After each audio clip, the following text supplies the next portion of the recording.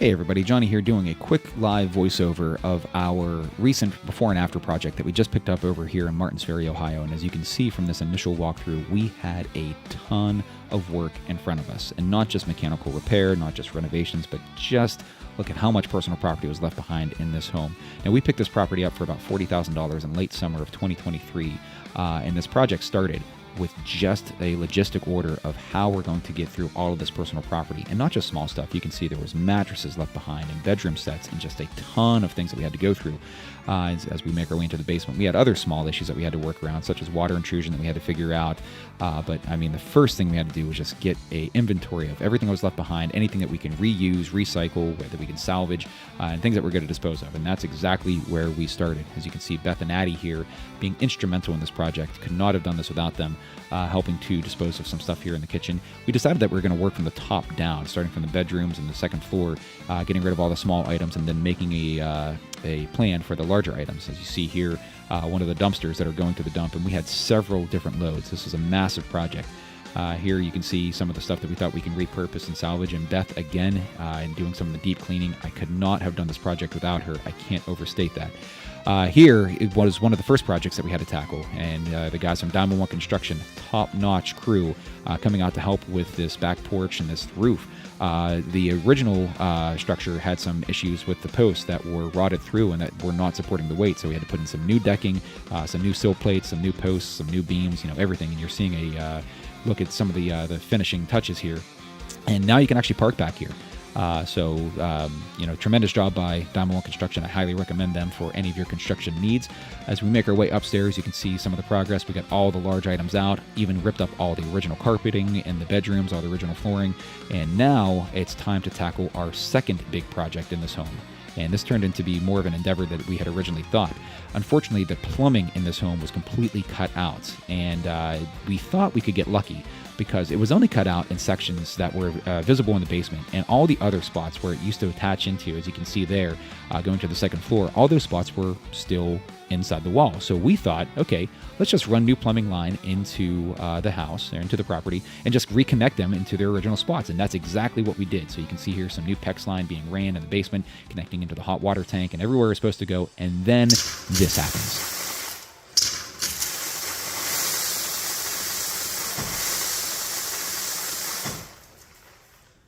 So a little bit of bad luck.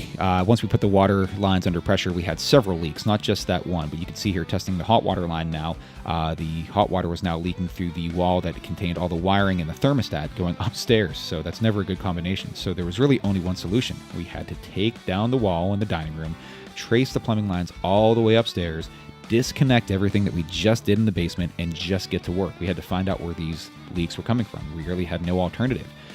So when we go upstairs, we actually got lucky. The first leak was right there. You can see it right at the base of the tub, very easily exposed and easy to work with. But the second leak, not so much. We couldn't really find where it was coming from. So there was really only two solutions. Either A, cut into the dining room ceiling, or B, rip up the bathroom floor. And we elected to go with taking the bathroom floor out because we were going to be renovating the bathroom anyways.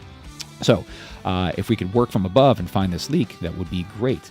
And what we ended up having to do was to run all new cold water line all the way up to the second floor from the basement. So you can see here we're looking at some of the unions of where these lines meet, and that was the easiest way of doing that. Now we could have tried to patch things, but we didn't want to leave any vulnerabilities once we put the floor back down. We want to make it as contiguous as possible. So you can see here the PEX line going up to the second floor. That's all new water line. You can see the PEX that we were using there, as well as the commode. Basically, the bathroom is ready to be put back together. We're putting all the puzzle pieces in one place, and we're going to start putting this puzzle back together here very, very shortly. But now that we have water inside the home, we can start doing some of the other cosmetic work, including, this starting in this bedroom. So first things first, we're going to do some painting in this room. Now, when it comes to painting, they do have higher end paint now that you don't really need to prime some of the walls. But in this particular instance, every wall in this room was a different color, and we weren't quite sure how the paint was going to show through on walls of different colors. So we played it safe. We decided to get some primer and to just go around the room. Now, these 18-inch large rollers make very quick work of this type of project. And I wasn't exactly being cautious here, just throwing a whole bunch of primer onto the wall. I knew it was going to get painted anyways, so I didn't have to put anything down. The floor that I'm standing on was, going to get covered over anyways. So that did help with some of the time. And as you can see how quick some of this work goes. Now, when it comes to painting, here's one quick tip. The paint matters, especially if it's going to be something that's going to be aesthetic, something you're going to want people to see. It's not just, covering something up for maybe a protective purpose. In this instance, we're going with bedroom paint. And the cost of paint, this is where you don't want to skim on expense. Okay, I know everybody wants to do a project on a budget, but painting, especially when it comes to interior and to something that's going to be aesthetic, you typically want to go with a higher end because the binder is what matters the most. And that binder is what helps it adhere to the wall and also adhere to the paint itself once it goes over top of its original coat. So anyways, I'm doing some of the trim work here, and you'll see here in a second that look how good the paint turned out in this room. No cold lines, no anything else. And now here comes the installation of the flooring. We went with a hardwood floor for the bedroom, mainly because we had a tremendous deal that we got from friends and family that we found on Facebook Marketplace. We picked up about 50 or so boxes for about $400. What a deal there. So not only did I have enough to do this bedroom, but I also had enough to do the hallway, the stair landing at the very bottom of the stairs, and into my own personal kitchen at my house, my private residence. So, tremendous savings here when, trying to do these things on a budget. And the floor is high grade. It's a 13 millimeter thick floor with some water absorption ability, and you could see just how good this turned out after that was all done. So it's not as if we skimped on cost. We just got a really good deal on the flooring. So you can see the bathroom subfloor put back together, all the plumbing's buttoned up, and now we're just taking inventory of what we have to do here. Next project is just kind of finishing the walls and the cosmetics. We elected to go with priming the kitchen as well. I think we primed pretty much every single wall in the house because, well, we had the 5 gallons of it. Why not use it? At any rate, you can see now we went with a very similar tone that we use in the upstairs bedroom for the entire downstairs. So the living room, the dining room, the kitchen, the hall, the steps, everything was just one homogeneous color. Went with white on the base, and I think it turned out pretty nice. You can see here the bathroom is starting to come back together, the toilet and vanities all put back in. We even painted the upstairs bedroom a nice blue tone. Here, going back through the property, you can see everything now is really starting to come together. Things have been cleaned. Look at the new treads on the steps. A new coat of varnished pine is what we ended up going with. Put new carpet into the master bedroom. Obviously, the closet door is hung, and now we just have to take it back down to paint.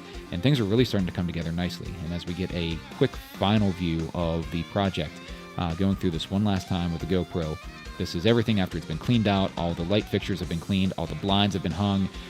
Basically everything. This is absolutely move-in ready, and we have 2 new amazing tenants that are now occupying the property. Couldn't speak more highly of them. Seem like very, very high-quality tenants, so we're very proud of that. The project turned out wonderfully. If you or anyone you know is looking to get into real estate investing, certainly this is well within my wheelhouse. Would love to help answer any questions you may have, just how to get started, how to develop a portfolio. But anyways, thanks for watching. Hope you all have a great day.